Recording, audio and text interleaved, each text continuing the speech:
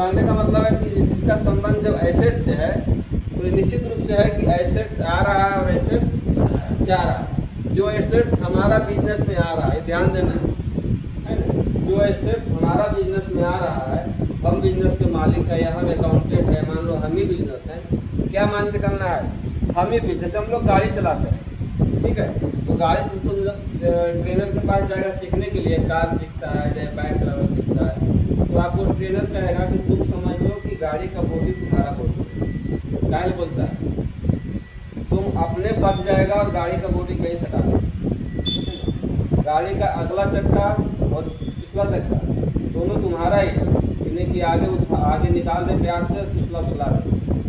कहने का मतलब है कि आगे का 2 चक्का तुम्हारा है तो पिछला भी तुम्हारा ही है। आगे जितना प्यार से पार करना है, पिछला भी उतना ही प्यार से पार करना है, क्योंकि पिछला चक्का पड़ोसी के नहीं, वो अगर खराब होगा तो वो भी आप ही का नुकसान होगा। अब गाड़ी का अगला अगर बॉडी करना प्यार से निकालता है, पिछला क्या करता है, सटा देता है।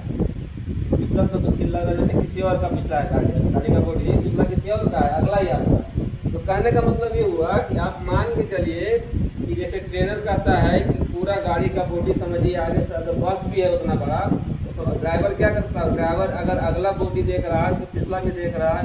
अगर वो टच हो रहा है मतलब उसका बॉडी कहीं टच हो रहा है, अपना शरीर।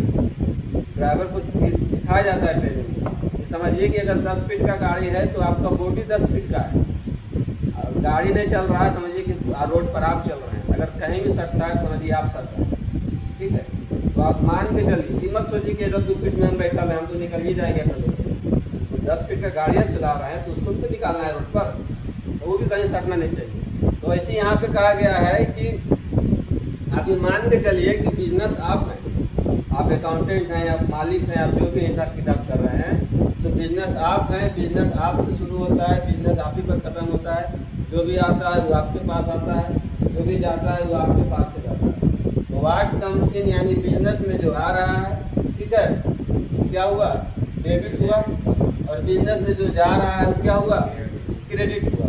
यह स्पष्ट हो गया कि संपत्ति आता है और संपत्ति जाता है, लेकिन उस संपत्ति को लेने वाला और देने वाला भी तो होता है। अब यहाँ पे ऐसे समझो, रियल अकाउंट में समझ गए कि संपत्ति आ रहा है, संपत्ति जा रहा है, लेकिन संपत्ति को कोई लेने वाला भी है और संपत्ति को कोई देने वाला भी है, ठीक है। जो संपत्ति प्राप्त कर रहा है, अब संपत्ति हम प्राप्त कर रहे हैं, हमारा नाम आया है, हमारे बिजनेस का नाम आया है, तो आपको निश्चित रूप से है कि हम किसमें कहलाएंगे, हम डेबिट में कहलाएंगे, क्योंकि हम संपत्ति प्राप्त कर रहे हैं। अब अगला आदमी अगर हमको माल